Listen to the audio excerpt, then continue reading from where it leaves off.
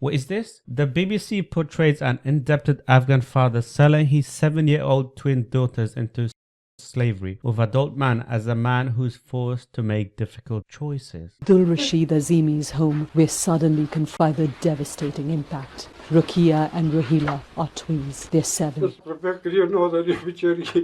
It's actually very sad. I'm ready to sell my daughters. I'm poor and in debt. I'm ready to sell my daughters. I'm poor and in debt.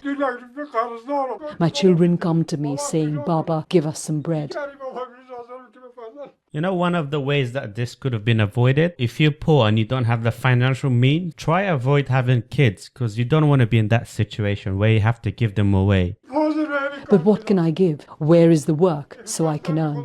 It breaks my heart, but it's the only way to feed my other children, Abdul says. He's got more children. Oh man, this is actually very sad. The BBC misled audience by trying to create sympathy for fathers who sell daughters. Mothers' voices are absent too. Yeah, that was another interesting part. Where was the mum? Selling very young children is an old Afghan tradition. Look, regardless of what you hear online, selling children or getting them married, it is not a standard practice in Afghanistan. That these things happen in very far villages with very uneducated people, but it's not a standard practice that you see in like the main cities like Kabul, Kandahar. We're at the UN and Child Protection Organization while Afghan young girls are being sold because of hunger and poverty. That is actually a very good point. You know, these kids, they need protection. The UN need to get involved and do more. Christian organizations like the Salvation Army were known for rescuing not only girls who were sold because of poverty, but also helping the actual poor. Where the hell are Muslim version of rescue organizations? It's all over the place, man. They need to do more. These kids, they're just so innocent. Not once did this article ask who is buying children and why. That's actually very true. Is lack of basic curiosity a requirement for the BBC now? Yeah, I think they could have done more. It was done very poorly. What are you doing? Is that your culture? It's not really funny. But who buys these children? The BBC.